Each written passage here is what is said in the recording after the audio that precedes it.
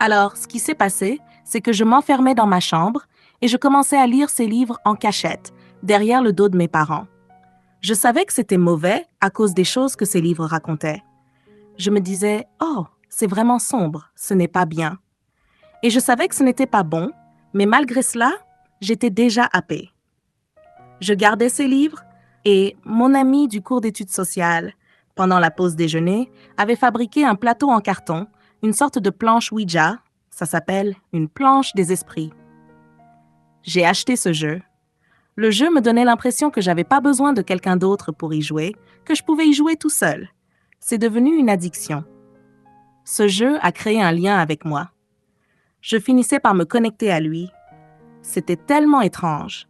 C'est devenu une obsession, au point que, même à l'école, en classe, je ne pensais qu'à cette planche. Je n'arrivais plus à me concentrer sur rien d'autre qu'elle. Ce que je ne savais pas, c'est qu'en jouant avec cette planche, je libérais des démons. J'ouvrais des portes démoniaques. Et plus j'y jouais, plus cela empirait. Puis soudain, j'ai commencé à être tourmentée la nuit par des esprits démoniaques. La première nuit où j'ai été attaquée, c'était environ 4 semaines après avoir commencé à jouer avec la planche. Mon lit s'est mis à trembler et j'ai senti comme un corps très lourd sur moi, qui essayait de m'étouffer en couvrant ma bouche et mon nez comme ça. Je ne pouvais plus respirer. Je me souviens avoir crié parce que je ne savais pas quoi faire. J'étais pris d'une telle peur. Je me suis recouvert complètement avec mes draps parce que je sentais des choses. Je voyais des ombres noires, des traces de pas passer sur mon lit. La porte de mon placard où je rangeais la planche s'ouvrait et se refermait toute seule. Il me tourmentait, il m'intimidait. Je vivais dans une peur constante. Je voulais dormir avec la lumière allumée. Je pensais devenir fou, que j'hallucinais. Mais c'était réel, très démoniaque, très sombre.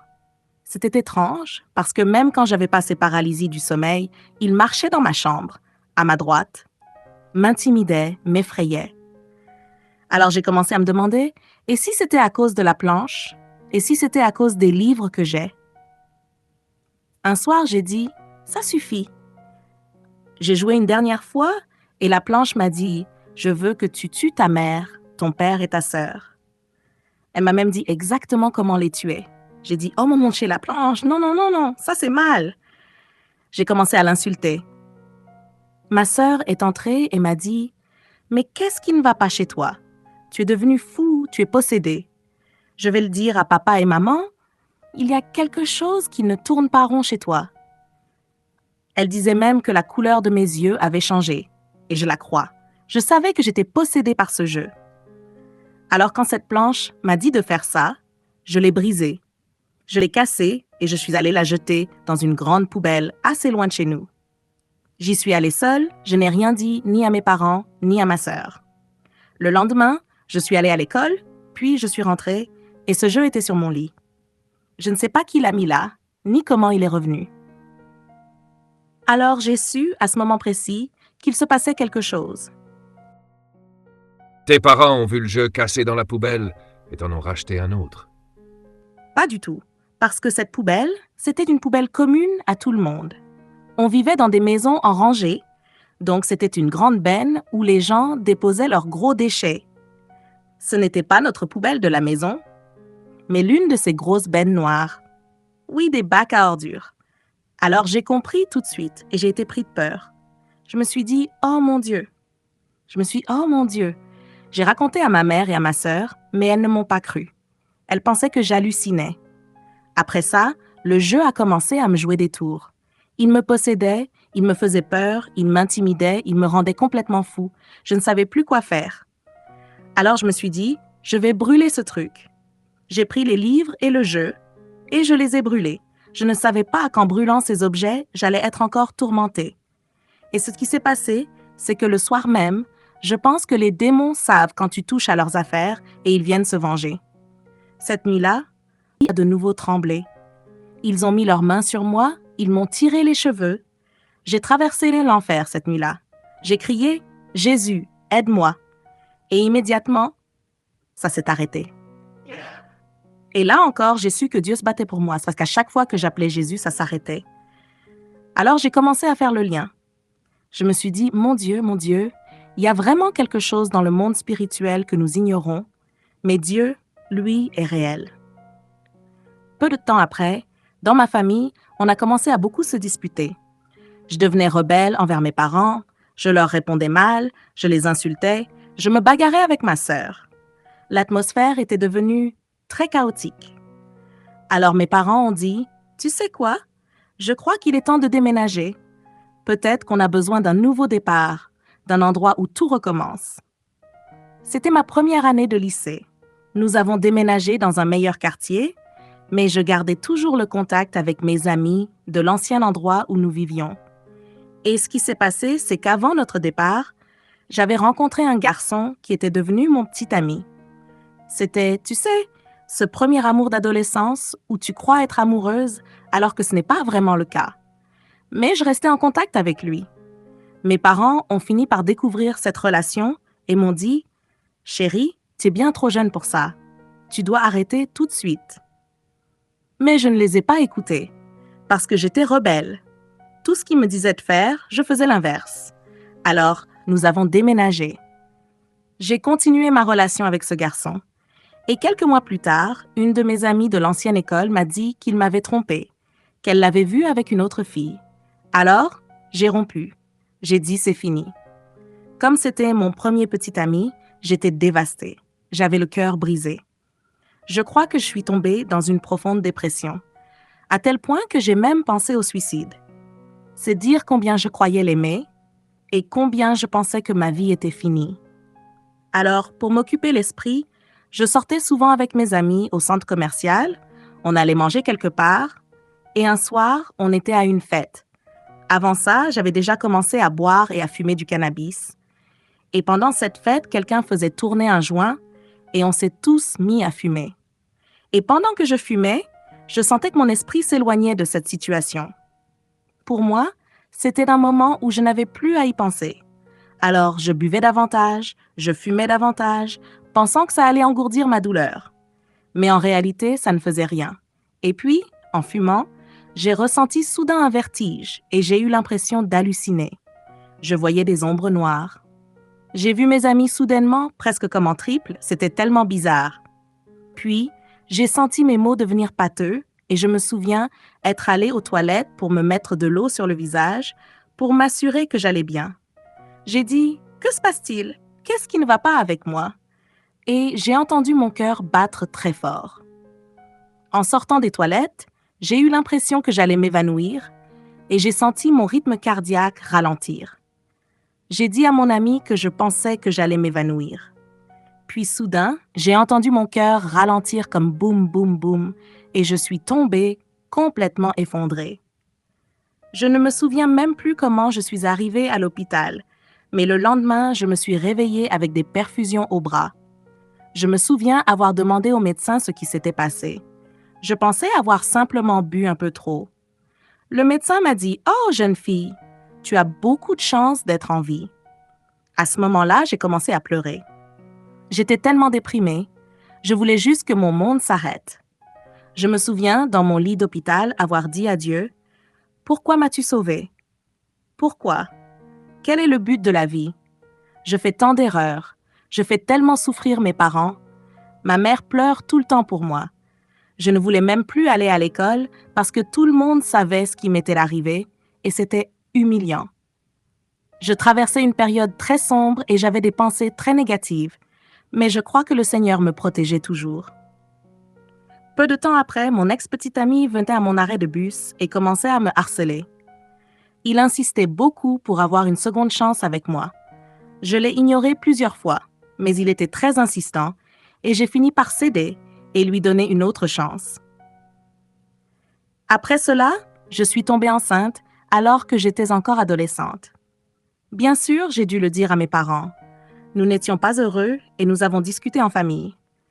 Mes parents ont dit qu'ils m'aideraient et nous avons décidé de garder le bébé. Quand j'ai pris cette décision, j'ai senti que mon petit ami devenait plus autoritaire, comme s'il avait un contrôle énorme sur ma vie. Il est devenu très violent verbalement. Il a aussi sombré dans des excès et avec le temps, son comportement s'est aggravé. Un soir, nous étions à une fête d'anniversaire. J'étais enceinte de quelques mois. Il m'a appelée à l'écart pour me confronter à propos de quelque chose. Je ne me souviens plus exactement de la raison de la dispute, mais je me souviens qu'il m'a frappée au visage et que je suis tombée par terre. Il a continué à frapper et personne n'est intervenu pour m'aider. Ce soir-là, je suis rentrée à la maison. J'avais des bleus sur le visage, un œil au beurre noir et d'autres marques sur les bras. Je me souviens m'être demandé comment j'allais pouvoir aller à l'école et quoi dire aux gens à propos de ces marques. Je devais cacher tout ça avec du maquillage, mais les gens le voyaient quand même et me demandaient « Andrea, ça va? Qu'est-ce qui t'est arrivé? Oh mon Dieu, que s'est-il passé à ton visage? » Alors je devais mentir pour le couvrir et dire « Oh, je suis tombée, j'ai eu un accident. » Alors qu'en réalité, il me battait. Il me frappait réellement, il me maltraitait physiquement. Les choses ont commencé à devenir chaotiques chez moi et j'ai fini par emménager avec lui, ce qui a été une très grosse erreur.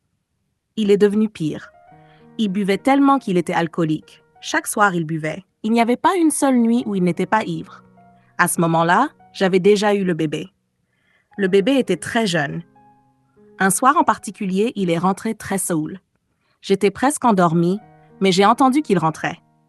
L'odeur de l'alcool était tellement forte qu'on la sentait de loin. J'ai fait semblant de dormir. J'ai fermé les yeux. Je l'entendais fouiller dans les tiroirs, bruyant, cherchant quelque chose. Je faisais semblant de dormir, mais du coin de l'œil, j'ai vu qu'il prenait une arme dans un des tiroirs. Il s'est approché de moi et m'a secoué. « Hey, Andrea, réveille-toi, réveille-toi !» Je lui ai dit « Oui, qu'est-ce qu'il y a ?» Et il a mis le pistolet sur mon front et m'a dit « Si jamais tu me quittes, je te tuerai. »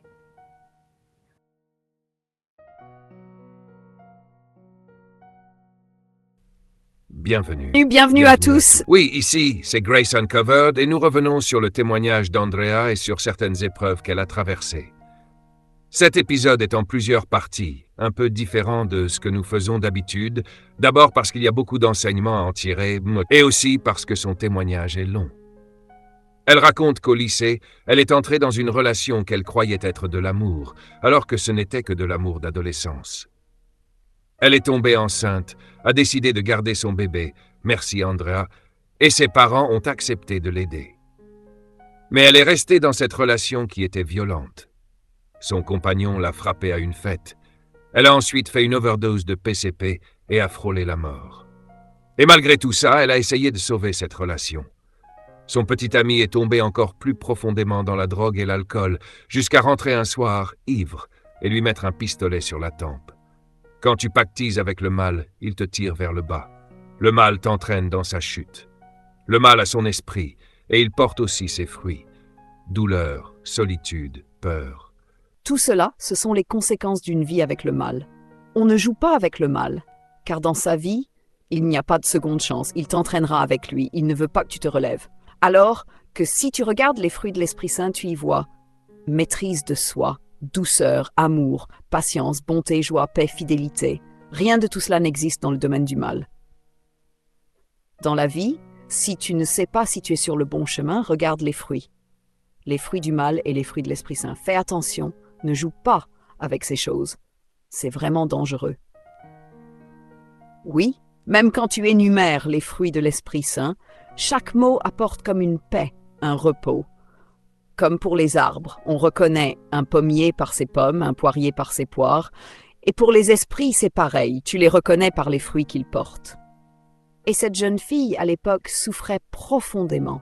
Et quand tu souffres, tu ne sais plus où aller.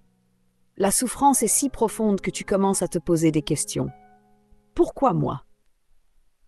Faut-il que je me suicide? Faut-il que je mette fin à ma vie? Il faut que tu saches que chaque personne créée par Dieu a un but dans cette vie. Si tu ne le sais pas, va vers Dieu, vers Jésus, il te révélera ton but. Parce que tu as un but, peu importe ce que disent les gens, peu importe ce que disent tes amis, ton petit ami, ta petite amie, Dieu te dit la vérité. Il t'aime, il t'a créé, et tu as un but. Et ce but est bon, car tu es bon, tu es belle, tu es précieuse. Amen. J'aimerais aussi ajouter quelque chose que j'ai presque oublié. C'est au sujet du fait d'être victime d'abus. L'abus, peu importe sa forme, n'est pas acceptable. c'est pas de l'amour. L'amour ne frappe pas.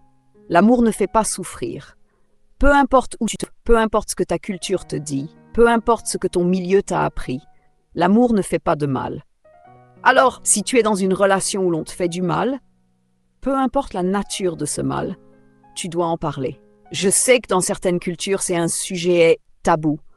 On ne peut pas parler, on ne peut pas dire ce qui se passe dans sa relation parce qu'on doit obéir.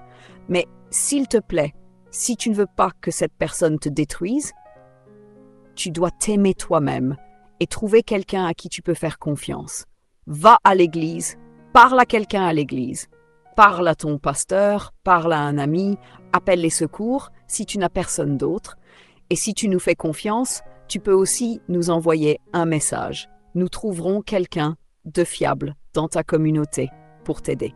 Parce que ce n'est pas normal, c'est pas acceptable de rester victime d'abus. Restez connectés pour la 3e partie. Et je voudrais vous rappeler de mettre un j'aime et de vous abonner. Ça nous aide vraiment. Merci à ceux qui se sont déjà abonnés lors de la première partie de cet épisode. Comme ça, vous ne manquerez pas la suite. Et activez la cloche de notification si ce n'est pas déjà fait.